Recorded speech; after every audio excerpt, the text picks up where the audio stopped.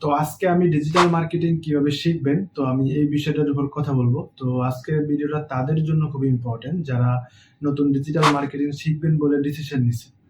তো অবশ্যই শুরু থেকে শেষ পর্যন্ত ভিডিওটা দেখবেন, তাহলে আপনি বুঝতে পারবেন যে আপনার ডিজিটাল মার্কেটিংটা কিভাবে শেখা উচিত। তো আপনি ডিজিটাল মার্কেটিং শিখে আপনি অনেকভাবে কাজ করতে পারবেন। এমন না যে শুধু আপনি ফ্রিল্যান্সিং করতে পারবেন। আপনি চাইলে ফ্রিল্যান্সিং করতে পারবেন, কিন্তু আপনি চাইলে ফ্রিল্যান্সিং এর পাশাপাশি একজন ডিজিটাল মার্কেটার হিসাবে আপনি যেকোনো কোম্পানিতে জব করতে পারবেন। অথবা আপনি যদি চান তাহলে আপনি যেকোনো একটা এজেন্সি দিয়ে আপনি ওখানে কাজ করতে পারবেন। তো ডিজিটাল মার্কেটিং শিখতে হলে আপনাকে ১ম এ যেটা করতে হবে সেটা হলো আপনাকে ডিজিটাল মার্কেটিং নিয়ে আপনাকে রিসার্চ করতে হবে। এখন বলতে পারেন যে আমি রিসার্চ কোথায় করব? তো দেখুন, আপনার রিসার্চ করার জন্য আপনার Google আছে, YouTube আছে। তো আপনি এই ২ টাতে রিসার্চ করতে পারেন। অবশ্যই আপনার রিসার্চ করা উচিত। কারণ হলো আপনি যেহেতু ডিজিটাল মার্কেটিংটা শিখবেন, তো আপনার ডিজিটাল মার্কেটিং সম্পর্কে আপনার জানা প্রয়োজন। তো আপনি যদি শুরুতে যেকোনো একটা ডিজিটাল মার্কেটিং কোর্সে অ্যাডমিশন নিয়ে নেন, তাহলে কিন্তু এটা আপনার জন্য সঠিক ডিসিশন নয়। কারণ হলো আপনি ডিজিটাল মার্কেটিং সম্পর্কে কিছুই জানেন না। তো অবশ্যই আপনার উচিত যে আগে ডিজিটাল মার্কেটিং সম্পর্কে জানা, এটা নিয়ে আপনাকে রিসার্চ করা। তারপর আপনি অ্যাডমিশন নেন, তাহলেও আপনার কোনো সমস্যা নাই। তারপরে আপনাকে যেটা করতে হবে যে ডিজিটাল মার্কেটিং ক্যাটেগরির ভিতরে কয়টা সাব ক্যাটেগরি আছে, এগুলো আপনাকে খুঁজে বের করতে হবে। তো এগুলা খুঁজে বের করার পর প্রত্যেকটা নিয়ে আপনাকে রিসার্চ করা উচিত। তো রিসার্চ করার পর আপনাকে ডিসিশন নিবেন যে আপনি পেইড কোর্স করবেন কিনা। তো ডিজিটাল মার্কেটিং ক্যাটেগরির ভিতরে পপুলার যে ক্যাটেগরিগুলো আছে তার মধ্যে আছে SEO, SEM, email marketing, affiliate marketing এবং আপনার সোশ্যাল মিডিয়া অ্যাডস ক্যাম্পেইন। আপনি যখন প্রত্যেকটা ক্যাটেগরি খুঁজে বের করবেন, তো ওখান থেকে আপনাকে খুঁজে বের করতে হবে যে আপনি কোন ক্যাটেগরি নিয়ে কাজ করবেন।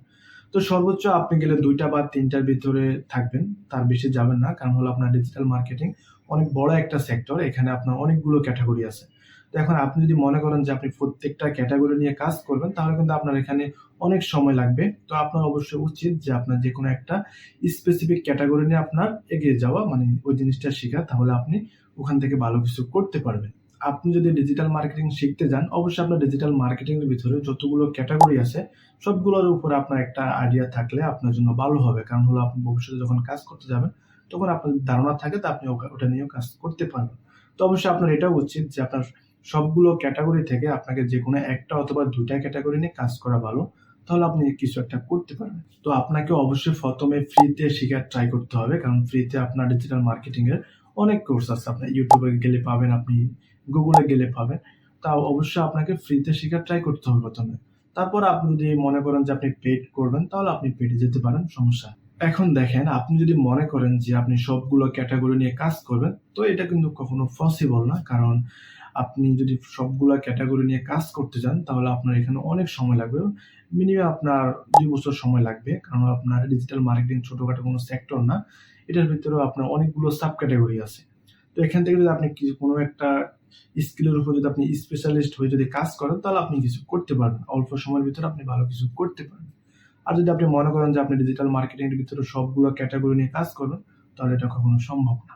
তো আশা করি বুঝতে পারছেন যে ডিজিটাল মার্কেটিংটা আপনি কিভাবে শিখবেন। তো আমি যেটা বলব যে আপনি ফ্রিতে ট্রাই করেন। ফ্রিতে আপনি YouTube এ ভিডিওর অভাব নাই। YouTube এ আপনার অনেক কোর্স আছে। তো আপনি চাইলে Google এও ট্রাই করতে পারেন। Google এও আপনার অনেক কোর্স আছে। তো আপনি এখান থেকে ফ্রিতে ট্রাই করেন। তারপর আপনি পেইড কোর্স করেন, সমস্যা নাই। তো আপনাদের যদি কারো কোনো কোয়েশ্চেন থাকে, অবশ্যই আপনি কমেন্টে করবেন। তাহলে আমি কমেন্টে রিপ্লাই করার চেষ্টা করব। তো সবাই ভালো থাকবেন, সুস্থ থাকবেন। আসসালামু আলাইকুম।